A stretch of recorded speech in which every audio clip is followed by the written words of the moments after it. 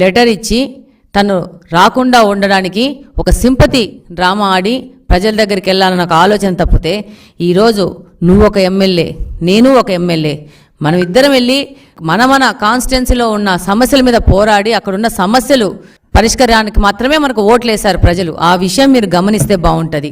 ఈరోజు మీరు అన్నీ మర్చిపోయినారు. ఆ రోజు 2019లో 23 సీట్లు వచ్చిన తెలుగుదేశం పార్టీలోంచి 6 మంది శాసనసభ్యులను పీకేస్తే ప్రతిపక్ష హోదా కోల్పోతుంది తెలుగుదేశం పార్టీ అనేసి ఆ రోజు అందరి మధ్యన రికార్డులో ఉంది మీరు మాట్లాడిన మాటలు. అలాగనే మీ యొక్క క్యాబినెట్లో పనిచేసిన పేర్ని నాని అనే వ్యక్తి ద్వారా తెలుగుదేశంలో గెలిచిన ఎమ్మెల్యేలని గుంజాలని మీరు ప్రయత్నం చేసిన మాట వాస్తవం కాదా? ఆ రోజు తెలుగుదేశం పార్టీకి ప్రతిపక్ష హోదా లేకుండా వాళ్ళని చెయ్యాలని ఒక దుర్మార్గమైన ఆలోచన చేసిన మీరు ఈరోజు ప్రతిపక్ష హోదా మీద మీరు అసెంబ్లీకి రాకుండా ఉండడానికి నెట్టడం జరుగుతూ ఉంది. ఆ రోజు తెలుగుదేశం పార్టీ 4 సభ్యులు వెళ్ళినా కూడా 19 సభ్యులతో ప్రతి ఒక్క అసెంబ్లీ సెషన్కి వెళ్ళడం జరిగింది. ప్రజా సమస్యల మీద పోరాడడం జరిగింది. ఒకవేళ మీరు ఏ విధమైన అవమానాలు చేసినా దాన్ని భరిస్తూ ప్రజల పక్షాన్ని నిలబడడం జరిగింది తెలుగుదేశం పార్టీ. 14 నుంచి 19 వరకు మీరు ప్రతిపక్షంలో ఉన్నప్పుడు రాకపోతే మా యొక్క తెలుగుదేశం ఎమ్మెల్యే ప్రజా సమస్యల మీద పోరాడడం జరిగింది. మీకు బాగా తెలుసు, గౌతు శిరీష గారు ఆఫ్షోర్ ప్రాజెక్టుకు నిధులు ఇవ్వకపోతే నిరసన కూడా చేశారు. ఈ విధంగా మాకు మా నాయకుడు మీరు ప్రతిపక్షం లేకపోయినా కూడా పోరాడాల నుంచి 14 నుంచి 19 వరకు మాతోనే క్వశ్చన్స్ వేయించుకొని మాతోనే పరిష్కార మార్గంగా పోరాటాలు చేపించారు. ఈరోజు మీరే పరిస్థితిలో వస్తున్నారంటే మీకున్న 11 మంది ఎమ్మెల్యేలను అసెంబ్లీకి పోకుండా ఇలాంటి చొడ్డులు చెప్పి ప్రజా సమస్యలకు దూరం పెట్టి ప్రజా సమస్యలకు పోరాడే విధంగా లేకుండా మీరు ఈ పార్టీని చూసుకుంటున్నారు.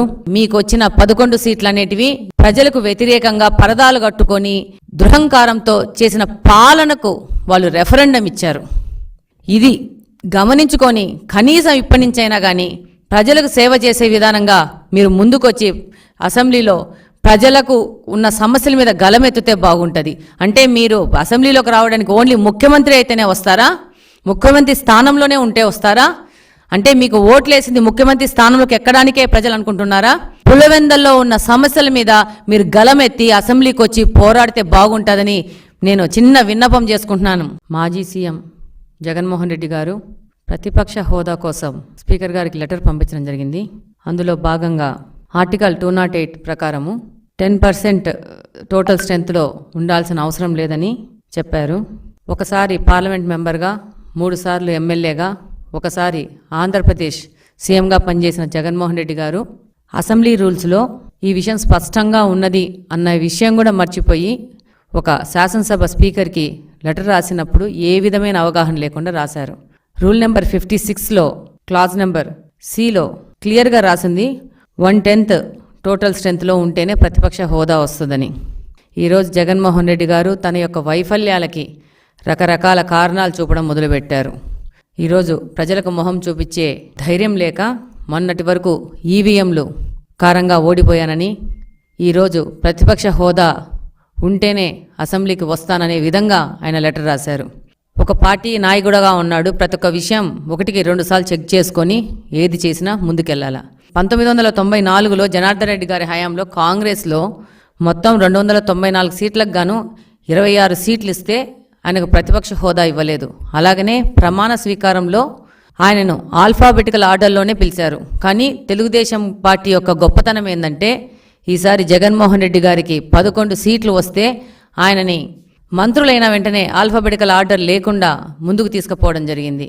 అలాగనే 14 నుంచి 19 వరకు పార్లమెంట్లో కాంగ్రెస్కి 44 సీట్లు, ఒకసారి 52 సీట్లు వస్తే మొత్తం 1/10 ప్రకారం 54 రావాల్సి ఉంటే కూడా ప్రతిపక్ష హోదా ఇవ్వలేదు. ఇది భారత రాజ్యాంగం ప్రకారం ఉన్న రూల్. ఈరోజు జగన్మోహన్ రెడ్డి గారి కోసం రాజ్యాంగాన్ని మార్చి రాస్తారనుకుంటున్నారు. ఆయన రాజారెడ్డి రాజ్యాంగం ప్రకారము ఆయన కొత్త రాజ్యాంగము కొత్త చట్టాల ప్రకారము ఆంధ్రప్రదేశ్ని నాశనం చేశారు. ఇప్పుడు ప్రజల దగ్గరికి వెళ్ళి మొహం చూపించుకోలేక రూల్స్ అనేటివి మార్చి కొత్త రాజ్యాంగం రాస్తేనే నేను వస్తాను, అప్పుడే నేను పోరాడతాను ప్రజా సమస్యలకు అని చెప్పేసి ఈయన స్పీకర్ ఎన్నికలో సాంప్రదాయం ప్రకారం వచ్చి స్పీకర్ని ఆయన స్థానం దగ్గర తీసుకొచ్చి ఆయన్ను మర్యాదపూర్వకంగా వెళ్లాల్సిన సాంప్రదాయం అన్నది. కానీ ఆయన ఆ రోజు కూడా గైర్హాజరయ్యారు. అలాగనే స్పీకర్కు ధన్యవాదాలు చెప్పడానికి ఆయన పార్టీ నుంచి ఒక్కరు కూడా అసెంబ్లీలోకి రావడం లేదు. ఇది ప్రజలందరూ గమనిస్తున్నారు. అంటే వీళ్ళకి అధికారము రాజకీయాలు సంపాదించుకోవడానికి, దోచుకోవడానికి, దాచుకోవడానికి తప్పితే ప్రజా సేవ కోసం వచ్చిన పార్టీ కాదు ఇదని ప్రజలు కూడా గమనిస్తున్నారు.